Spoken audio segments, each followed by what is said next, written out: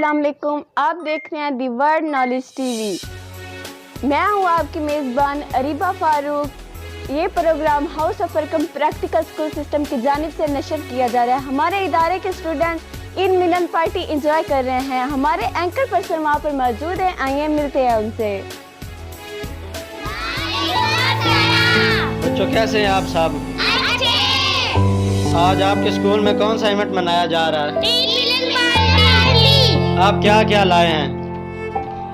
बोतल और एक लेस बिस्किट। निमका बिस्किट लेस बोतल सेवइयां। क्या आपने अपनी चीजों में से दूसरों को भी शेयर किए हैं? नहीं की? आप लोगों ने कितना एंजॉय किया है?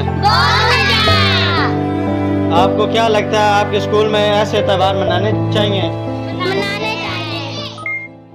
ये थे हमारे इदारे के नन्हे मुन्ने से सितारे।